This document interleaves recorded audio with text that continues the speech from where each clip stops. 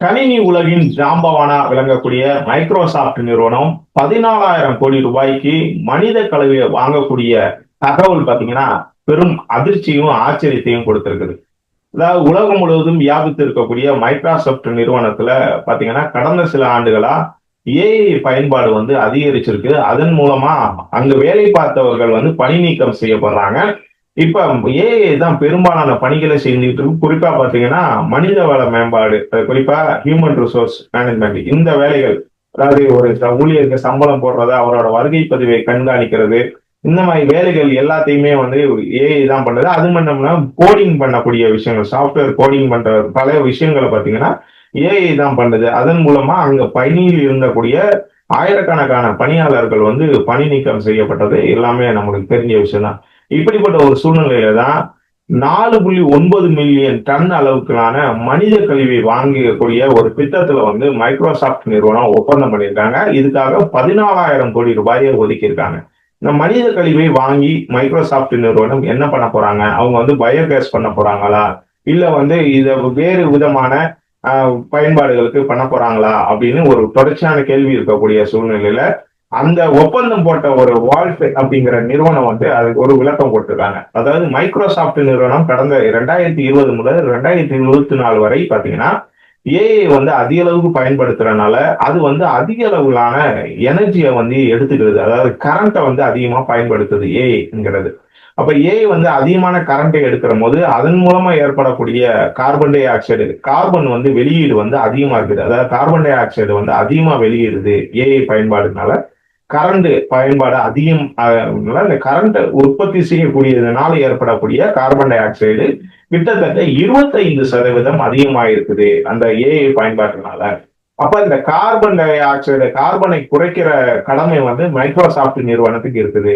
எல்லா நிறுவனங்களுமே கார்பன் பயன்பாட்டை கார்பன் அளவை குறைக்கிறதுக்கு ஒரு குறிப்பிட்ட அளவுக்கு நிதியை ஒதுக்கணும். அதே மாதிரி மைக்ரோசாப்ட் நிறுவனம் கிட்டத்தட்ட 25% அளவுக்கான இந்த கார்பன் டை ஆக்சைடை வெளியிடுறதுனால அதுக்கான நிதியை அவங்க ஒதுக்கி இருக்காங்க. அப்ப அந்த கார்பன் டை ஆக்சைடை குறைக்கிறதுக்கு என்ன வழிமுறைகள் அப்படிங்கிற போது அந்த மனித கழிவுகள், மிருக கழிவுகள், அப்புறம் பாத்தீங்கன்னா அந்த பசுமை இல்ல வாயுக்களை கட்டுப்படுத்துறதுக்கு தான் நடவடிக்கை எடுத்து அதுக்கான விஷயங்களை பண்ணிட்டு இருக்காங்க அப்படின்னு. குறிப்பா பாத்தீங்கன்னா 4,9 மில்லியன் டன் அளவுக்கு மனித கழிவுகளை வாங்கி அதை என்ன பண்ண போறாங்கன்னா அதை வெளியில அதை சாதாரணமா மனித கழிவுகளை வெளியில விட்டா என்னன்னா அதுல மனித கழிவுகள 75% தண்ணீர் போக 25% பாத்தீங்கன்னா தான் அந்த நாறு, அது மற்ற கழிவுகள் இதெல்லாம் இருக்கும். இதுல பாத்தீங்கன்னா மீத்தேன், ஹைட்ரஜன், அது போக கார்பன், இது எல்லாமே அடங்கி இருக்குது. ஒரு குறிப்பிட்ட அளவுக்கு கார்பன் டை ஆக்சைடு இதுல இருக்கிறதுனால அதை பூமியோட மேற்பரப்புல விட்டோம்னா அது இன்னும் கூடுதலான கார்பன், அந்த மனித கழிவுல இருக்கிற கார்பன் டை ஆக்சைடு வளிமண்டலத்துல பரவி அது நம்ம புவியோட வெப்பநிலையை மேலும் அதிகரிக்கும். அப்படிங்கிறதுனால அந்த மனித கழிவுகளை பாத்தீங்கன்னா பூமியோட 5,000 அடி ஆழத்துக்குள்ள ஒரு இது துளையிட்டு உள்ள செலுத்திட்டு அது கார்பன் டை ஆக்சைடு வெளியிடாது, அது மேல வராது, வளிமண்டலத்துல போய் சேராது. அது அப்படி ஒரு திட்டத்துலதான் என்ன பண்றாங்க, மைக்ரோசாப்ட் நிறுவனம் இந்த அளவுக்கு மனித கழிவுகளை வாங்குறதுக்கு ஒப்பந்தம் செய்யிருக்கா சொல்லியிருக்கு. அதாவது 5,000 அடி ஆழத்துல மனித கழிவுகளை துளையிட்டு உள்ள செலுத்தா அது உள்ளே படிஞ்சிடும். அப்ப மேல வராது, அதாவது பூமியோட மேற்பரப்பு வராது. மேற்பரப்பு வந்தாதான் என்ன ஆகுது, அது வளிமண்டலத்துல கார்பன் டை ஆக்சைடு தனியா பிரிஞ்சு, அதாவது அந்த கழிவுகள் சிதைகிற போது ஏற்படக்கூடிய மாற்றங்கள்னால அது வளிமண்டலத்துல மாறி அதுதான் புவி வெப்பமயமானால, அதாவது குளோபல் வார்மிங்கை இன்க்ரீஸ் பண்ணும் அப்படிங்கிற ஒரு கருத்து இருக்கிறதுனால இந்த மனித கழிவுகளை குறிப்பிட்ட அளவுக்கு, அதாவது 4,9 பில்லியன் டன் அளவுக்கு வாங்கி பூமிக்குள்ள செலுத்திட்டா அந்த பிரச்சனையை ஓரளவுக்கு சரி பண்ணலாம்.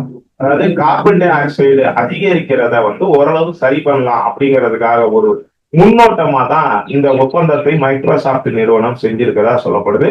இன்னும் வர ஆண்டுகள்ல ஏஐ பயன்பாடு அதிகரிக்குங்கிறதுனால இந்த ஒப்பந்தத்தின் அளவு, இந்த தொகையோட அளவு இப்போ 4.9 மில்லியன் டன் அளவுக்கு மனித கழிவுகளை வாங்க ஒப்பந்தம் போட்டிருக்க நிறுவனம், அதாவது 14,000 கோடிக்கு ஒப்பந்தம் போட்டிருக்காங்க. அடுத்து வரும் ஆண்டுகள்ல இன்னும் இந்த தொகையை அதிகரிக்கிறதுக்கான வாய்ப்புகள் அதிகமா இருக்குது. என்னன்னா அந்த ஏஐ பயன்பாடு காரணமா தான் இந்த கார்பன் டை ஆக்சைடு அதிகரிக்குது. அதனாலதான் வந்து இந்த மனித கழிவுகளை மைக்ரோசாப்ட் நிறுவனம் வாங்குறாங்க அப்படின்னு சொல்லப்படுது. இதனால பலர் என்ன சொல்றாங்கன்னா, ஏஐ பயன்படுறதுனாலதான் இந்த பிரச்சனை அப்படின்னா, மனிதர்களையே வந்து பயன்படுத்திக்கலாமே. ஏஐ வந்து ஒரு ஒரு சில விஷயங்களுக்கு ஏஐ பயன்படுத்துறத தவிர்த்துட்டு, மற்ற எல்லாத்துக்குமே மனிதர்களை பயன்படுத்துறா. மனிதர்களுக்கும் ஒரு சம்பளம் கொடுத்த மாதிரி இருக்கும். அவங்களுக்கும் ஒரு வாழ்க்கை இந்த மாதிரி இருக்கும்.